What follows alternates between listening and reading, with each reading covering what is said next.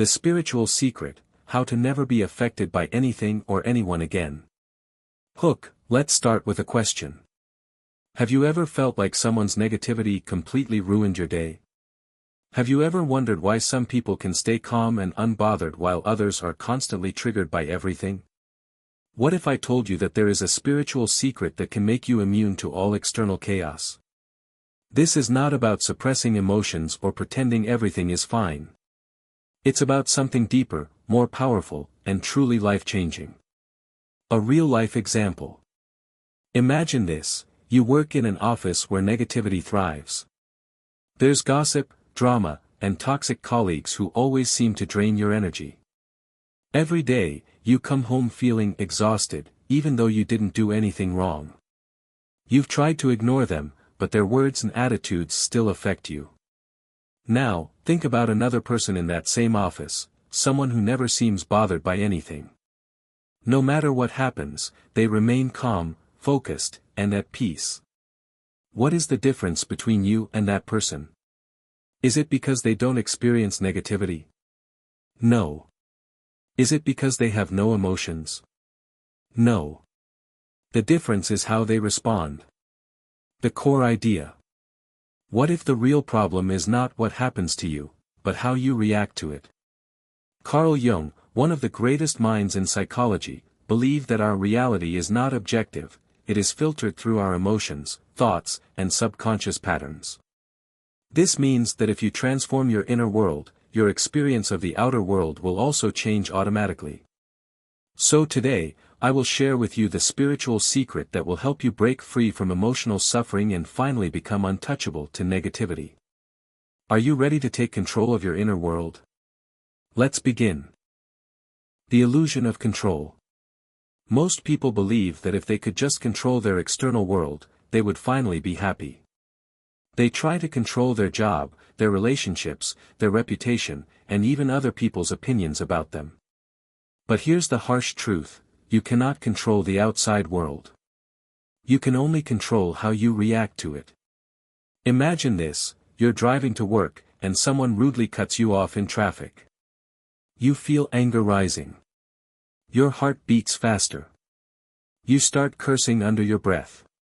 But let's pause here. Did that driver ruin your day? Or did your reaction to the event ruin your day? This is where Carl Jung's concept of projection comes in. Jung's concept of projection.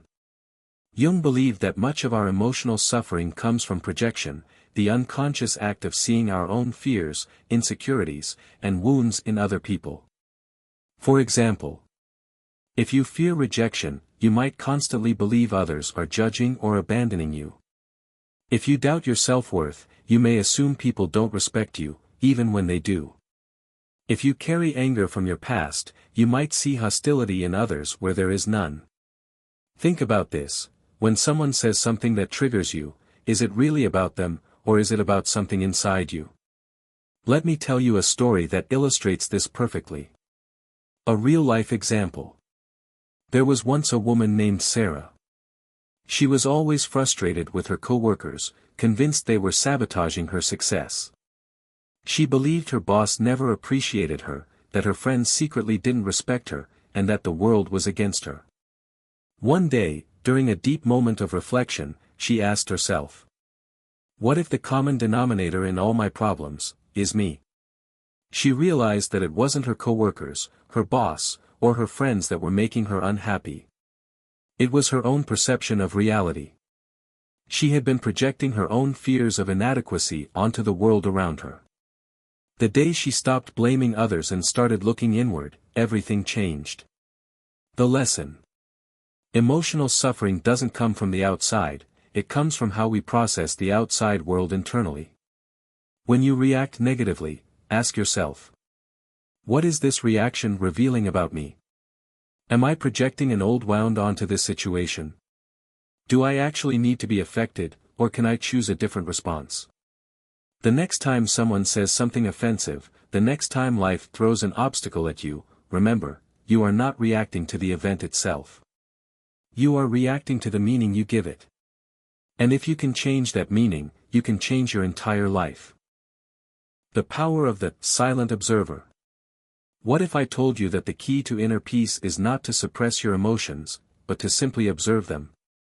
Carl Jung believed that inside every human being, there are two versions of the self. The emotional self, which reacts impulsively to everything. The silent observer, which watches without judgment. Most people live their entire lives trapped inside their emotional self, reacting to every little thing as if it's life or death. They get angry at a rude comment, anxious about the future, or hurt by someone's opinion. But what if you didn't have to react?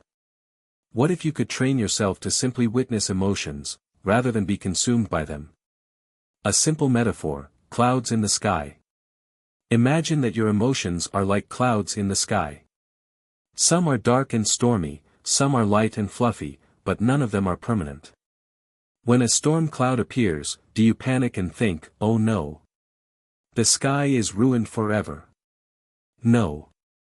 Because you know that it will pass. This is exactly how emotions work. But the problem is, instead of watching emotions pass, most people become the storm. They say things like, "I am angry. I am anxious. I am broken." No. You are not these things. You are the observer who is experiencing these passing emotions. Jung's perspective on conscious awareness. Jung believed that true freedom comes from developing this silent observer, the part of us that simply watches without getting lost in the drama. For example, instead of saying something out of anger, you observe, "Ah, I feel anger rising." Instead of letting anxiety take over, you notice, "My body is feeling anxious, but I am not my anxiety." This tiny shift in awareness is the difference between suffering and peace. Real-life example: a man who found freedom. There was once a businessman named Daniel who was always stressed, reactive, and emotionally exhausted. He got angry when traffic was bad. He argued when people criticized him. He took every negative comment personally. One day, he discovered the practice of observing his emotions instead of reacting to them. The next time someone cut him off in traffic, instead of swearing, he said, "Interesting. I feel anger rising in my body. But I don't have to act on it."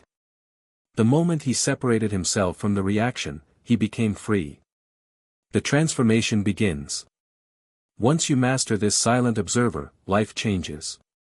Instead of being controlled by emotions, you simply experience them and let them pass. Instead of feeling like a victim of the world, you become an observer of reality. This is the spiritual secret that makes you immune to negativity. Now, let's go deeper. How can you practice this in daily life? 1. The art of acceptance. Resistance fuels suffering.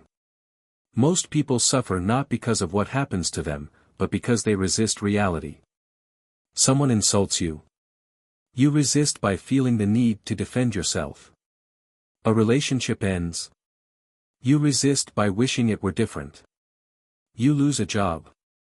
You resist by replaying the past over and over. Here's the truth.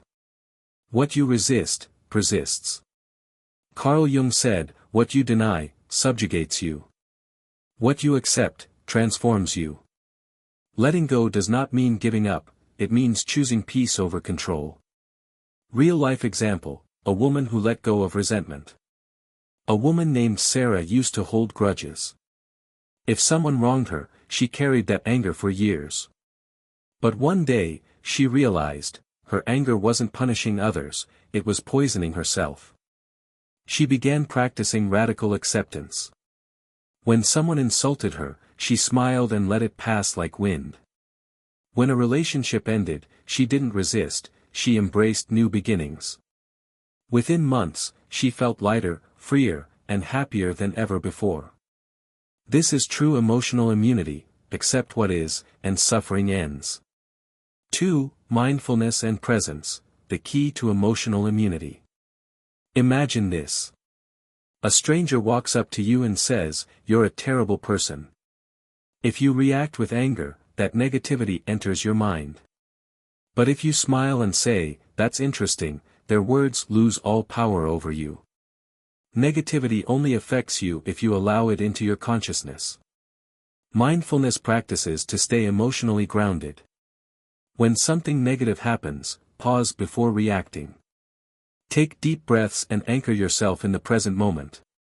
Instead of reacting emotionally, observe the situation like an outsider. Example, the Zen master and the insult. A Zen master was once insulted by a man. The master simply smiled. The student asked, "Why didn't you respond?" The master said, "If someone gives you a gift and you don't accept it, who does the gift belong to?" The student answered, "To the giver." The master smiled again and said, "Exactly. Lesson, you don't have to accept negativity into your mind. Just let it pass." 3. Boundaries and energy protection. You lock your doors at night to keep intruders out. But do you lock your energy to keep negativity out? Most people don't. They allow toxic relationships to drain their energy. Negative news to influence their emotions. People's opinions to dictate their self-worth. It's time to set energetic boundaries. How to protect your energy. Limit access to toxic people, don't answer every call or message. Be mindful of media consumption, stop feeding your mind negativity. Spend time in high-energy environments, nature, uplifting books, and people who inspire you. Example, The Billionaire's Secret to Emotional Strength. A successful entrepreneur once said, "I don't let just anyone have access to me. My time and energy are my most valuable assets." He doesn't argue with negative people. He doesn't waste time on drama. He chooses peace over reaction. This is emotional immunity in action. Final thought. If you accept life as it is, not as you wish it to be. Stay mindful in every moment. Set strong energetic boundaries. Nothing and no one can ever affect you again. This is the spiritual secret to emotional freedom.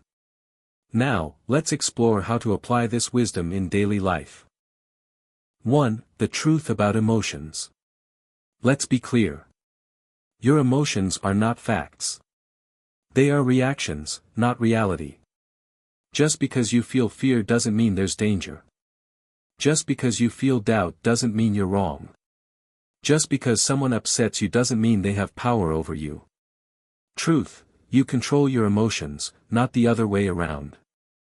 Carl Jung once said, "Until you make the unconscious conscious, it will direct your life, and you will call it fate." This means, until you take control of your emotions, they will control you. 2. Your challenge, 24 hours of emotional mastery. I have a challenge for you. For the next 24 hours, observe your emotions without reacting. When something annoys you, pause. When someone is rude, breathe. When fear arises, observe it without judgment. Instead of reacting, become the observer. At the end of 24 hours, ask yourself, how much peace did I gain by not reacting? How many situations resolved themselves without my interference? How much mental energy did I save? 3. The path to self-mastery. Every situation in life is a lesson in self-mastery. The rude coworker. A test of your patience. The unexpected setback. A test of your resilience. The negative comment. A test of your detachment. Every time you choose peace over reaction, you win. 4. Call to action, your next step. Comment below. Have you ever experienced a moment where you mastered your emotions instead of reacting? Share your story. If this resonated with you, like this video and subscribe for more deep psychology and spiritual insights. Turn on notifications so you never miss a lesson in self-mastery. Remember, you are not a victim of your emotions. You are the master of your mind. Now, go out and live like it.